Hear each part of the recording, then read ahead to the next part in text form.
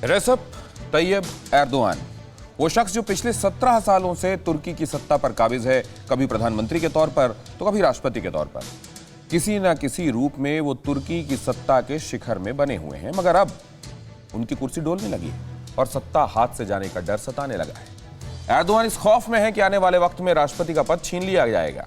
तुर्की के सबसे पावरफुल शख्स के इस डर की वजह क्या है? क्यों तुर्की के राष्ट्रपति को यह डर सता रहा है? इस रिपोर्ट में देखिए। हालांकि उस वक्त किसी को यह बात समझ में नहीं आई थी कि 2018 में प्रधानमंत्री पद खत्म कर चुके एर्दोआन अब ऐसा क्यों चाहते हैं। आखिर एर्दोआन क्या और क्यों करने वाले हैं? मगर अब एर्दोआन की इस मंशा के पीछे का मकसद दुनिया के सामने आ चुका है। साफ हो गया कि एर्दोआन 7 महीने पहले चुनाव नियमों में बदलाव की बात क्यों कर रहे थे। इसके पीछे वजह है सत्ता से बेदखल होने का डर, तख्ता पलट का खौफ, राष्ट्रपति पद छिन जाने का डरावना सपना, जो टर्की के राष्ट्रपति एर्दोआन को काफी वक्त से दिखने लगा था। और अब पूरी दुनिया ये जान गई कि 2023 में एर्दोआन का तख्ता पलट हो सकता है। एर्दोआन के हाथ से सत्ता जा सकती है क्योंकि तुर्की में उनकी लोकप्रियता लगातार घटती जा रही है। बताया जा रहा है कि एर्दोआन की लोकप्रियता 5 या 10% नहीं बल्कि 20% से ज्यादा गिर चुकी है। ये खुलासा एक ओपिनियन पोल में हुआ।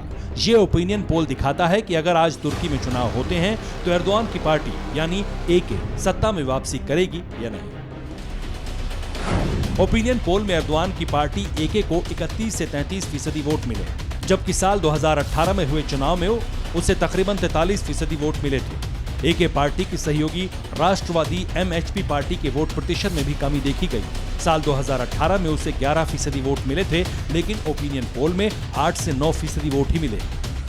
ओपिनियन पोल से साफ है, अगर ऐसा ही रिजल्ट 2023 के चुनाव में आता है तो एर्दोआन सत्ता में बमुश्किल वापसी कर पाएंगे। एक तरफ ओपिनियन पोल के नतीजे एर्दोगन की टेंशन बढ़ा रहे हैं, तो वहीं विपक्षी पार्टियां एर्दोगन के लिए सिर दर्द बन रही हैं। टर्की की 6 मुख्य विपक्षी पार्टियां कुछ ऐसा करने की कोशिश में हैं जो आज तक टर्की के राजनीतिक इतिहास में शायद कभी नहीं हुआ।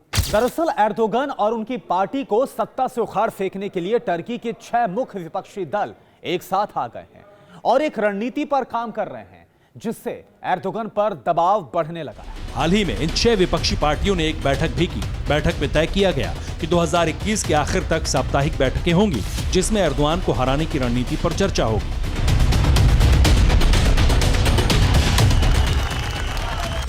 राजनीतिक मामलों के जानकार बताते हैं कि विपक्षी दल सरकार का सामना करने के लिए महंगाई, बेरोजगारी, कोरोना महामारी, जंगल में आग, बाढ़ और आर्थिक संकट जैसे मुद्दों पर एर्दोआन और उनकी सहयोगी पार्टी को घेरने की तैयारी में है, क्योंकि यही वो मुद्दे हैं जिनकी वजह से एर्दोआन की पॉपुलैरिटी में कमी आई और लगातार मौजूदा सरकार की आलोचना हो रही है। विपक्षी पार्टियां इस गठबंधन से बेहद उत्सुक हैं क्योंकि इसके नतीजे वो 2019 में म्युनिसिपल चुनाव में देख चुके हैं। इन चुनाव में अंकारा, इस्तांबुल और इजमिर में एर्दोआन की पार्टी बुरी तरह हारी थी।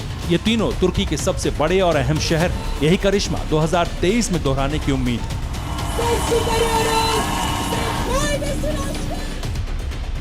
एर्दोआन पिछले 17 सालों से सत्ता पर काबिज है।